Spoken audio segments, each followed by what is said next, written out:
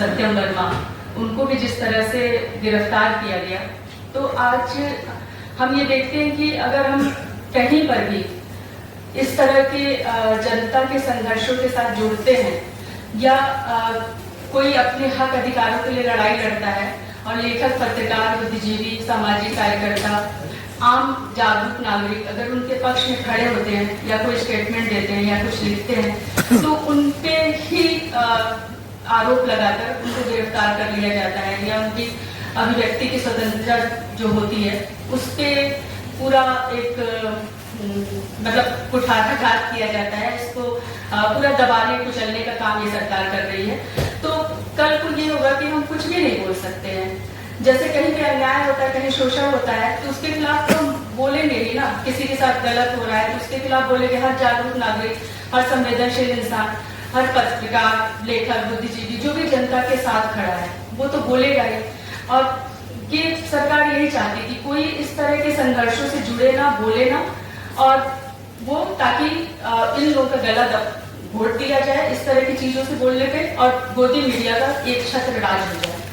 तो ये सारी चीजें जो चल रही हैं तो इसी पे आज वो है। तो रिहाई मंच की ओर से हम लोगों ने एक वक्तव्य तैयार किया है जो मैं प्रेस वक्तव्य आपके सामने पढ़ कर बोलूंगी। विगत 17 अप्रैल को उत्तर प्रदेश पुलिस ने विख्यात जन बुद्धिजीवी, वरिष्ठ पत्रकार, जनपक्षधर लेखक और अनुवादक सत्यम वर्मा को जिस तरीके से सारे नियम कानूनों को ताक पर रखकर गिरफ्तार किया वह किसी आतंकी दस्ते द्वारा अगवा किए जाने जैसा नहीं था। यह गिरफ्तारी बताती है कि आज हमारे देश में लोकतांत्रिक स्पेस किस तरह से उड़ता चला जा रहा है, अभिव्यक्ति की आजादी पर पाबंदियां किस तरह बढ़ती चली जा रही हैं और जनता के जीवन की परेशानियों, उनकी न्यायसंगत मांगों एवं संघर्षों तथा जनवादी अधिकारों और नागरिक आजादी के बारे में लिखने बोलने वाले हर पत्रकार और लेखक की आवाज का गला घोट देने के लिए यह सरकार किस तरह से कटिबद्ध और उतावली हो रही है। दिल्ली के लेखकों, पत्रकारों को सत्यम वर्मा के बारे में अधिक कुछ बताने की जरूरत नहीं है।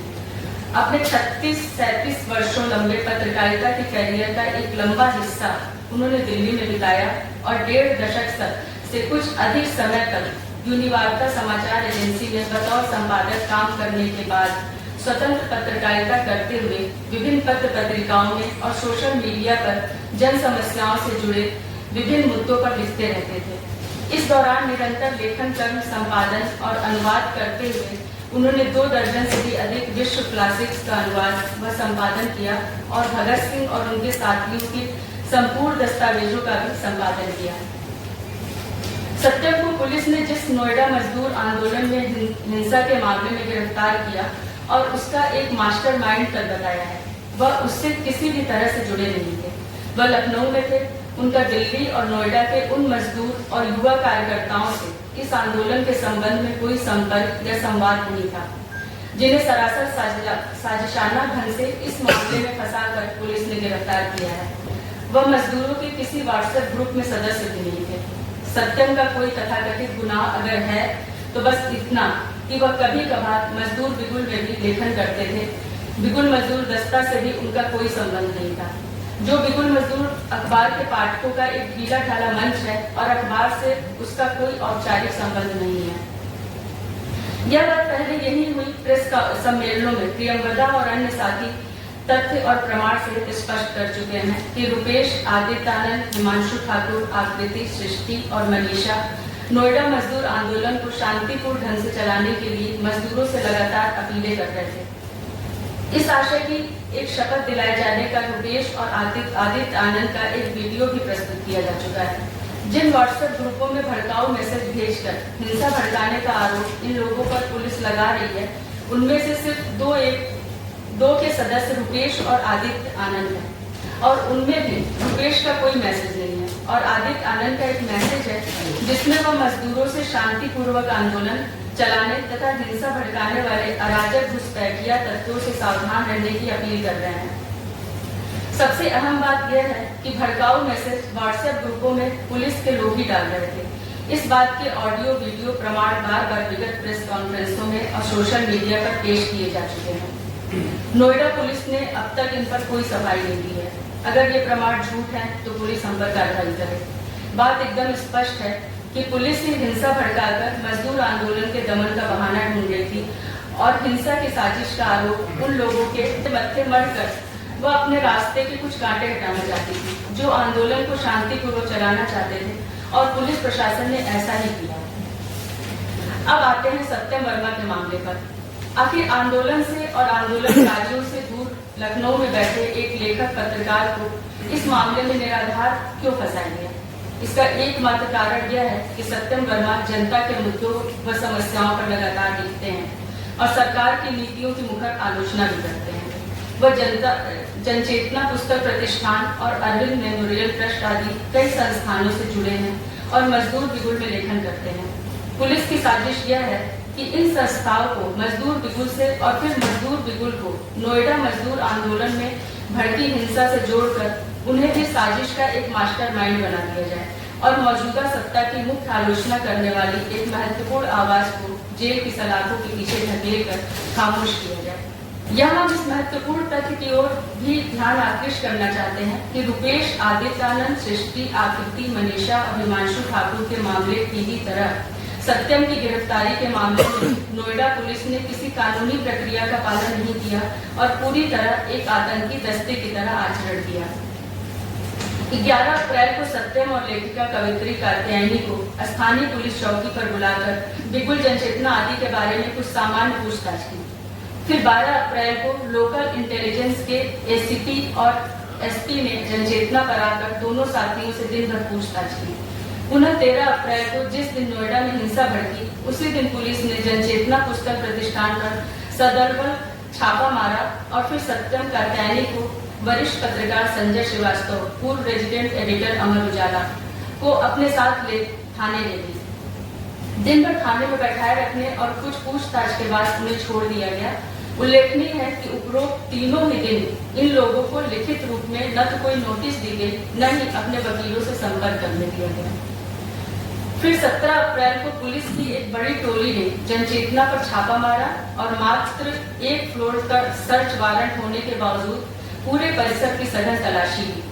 परिसर में मौजूद सभी डेस्कटॉप, लैपटॉप, सभी साथियों के मोबाइल, ढेरों फाइलें और कुछ किताबें अपने कब्जे में लेने के बाद पुलिस सत्यम को अपने साथ लेती गई। उल्लेखनीय है कि पुलिस ने जब्त सामानों, किताबों, फाइलों आदि की कोई सूची नहीं दी। बिना किसी लिखित नोटिस या अरेस्ट मेमो के सत्यम को अपने साथ लेती गई और इस बार भी वकीलों से संपर्क नहीं करने दिया गया। फिर उसी दिन रात को करीब 1 बजे एक बड़ी पुलिस टीम सत्यम को लेकर उनके और कात्यायनी के आवास पर पहुंची। इस पुलिस दल में कुछ वर्दी में और कुछ सिविल ड्रेस में थे।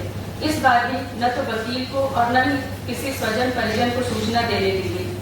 पूरे घर की तलाशी लेने के बाद यहाँ से भी पुलिस दोनों साथियों के डेस्कटॉप, लैपटॉप, हार्ड ड्राइव, फाइलें और निजी डायरियां लाकर अपने साथ ले गई और उनकी कोई भी सूची नहीं सौंपी। पुलिस यहाँ से सत्यम को भी अपने साथ ले गई और 40 घंटे बाद उनकी गिरफ्तारी की जानकारी तब मिली जब उन्हें सूरजपुर, नोएडा लाकर मजिस्ट्रेट के सामने पेश करने की सूचना प्राप्त हुई। जाहिर है कि पुलिस ने इस पूरे घटनाक्रम के दौरान किसी भी कानूनी प्रक्रिया का पालन नहीं किया। जैसे दिल्ली के 6 सामाजिक कार्यकर्ता व छात्र व साथियों पर, वैसे ही सत्यम पर भी भयंकर साजिशाना जालसाजी करके फर्जी मुकदमे ठोके जा रहे हैं। अतीत के अनुभवों के आधार पर ऐसा संदेह करने के पर्याप्त आधार है कि सत्यम के और कात्यायनी व जनचेतना के लिए जब्त शुदा कंप्यूटर्स और लैपटॉप्स में कुछ आपत्तिजनक सामग्री डालकर उन्हें किसी संगीन अपराध में फंसाया जा सकता है। बहरहाल सत्यम और अन्य 6 मजदूर एवं छात्र युवा कार्यकर्ता भी जेल में है। उनके जमानत आदि की कानूनी प्रक्रिया जारी है और भारत की न्याय प्रक्रिया और न्यायपालिका की आज की स्थिति पर कुछ भी कहने की जरूरत नहीं है। ऐसी घटनाएं ऐसा आभास दे रही हैं मानो हम एक पुलिस स्टेट में जी रहे हैं। व्यवस्था का संकट बढ़ने के साथ ही जैसे जैसे महंगाई, बेरोजगारी आदि से त्रस्त जनता सड़कों पर उतरने को मजबूर हो रही है, वैसे वैसे दमनकारी तंत्र का लौह शिकंजा मजबूत होता जा रहा है और एक के बाद एक काले कानूनों की झड़ी लगाती जा रही है। ऐसे में आम जनता के प्रतिरोध को संगठित करने वाले लोगों को कुचलने के साथ ही उसे स्वर देने वाले जनपक्षधर मीडिया कर्मियों, संस्कृति कर्मियों और साहित्यकारों की जुबान पर भी ताला लगाने का सिलसिला जारी है। सत्यम वर्मा की गैर कानूनी गिरफ्तारी उसी सिलसिले की एक कड़ी है। आतंक राज के इस गहराते अंधकार के खिलाफ हमें एकजुट होकर निर्भीकता पूर्वक आवाज उठानी होगी। यह रास्ता लंबा और शर्मसार है, लेकिन यही एक रास्ता है। हमें यह भूलना नहीं चाहिए कि अन्याय की सत्ता के विरुद्ध न्याय का प्रतिरोध संघर्ष तमाम कठिनाइयों के बावजूद अंततः विजयी होता ही है, क्योंकि वह सच का प्रतिनिधित्व करता है और बहुसंख्यक जनता के हितों का प्रतिनिधित्व करता है। सत्यम वर्मा, रिहाई।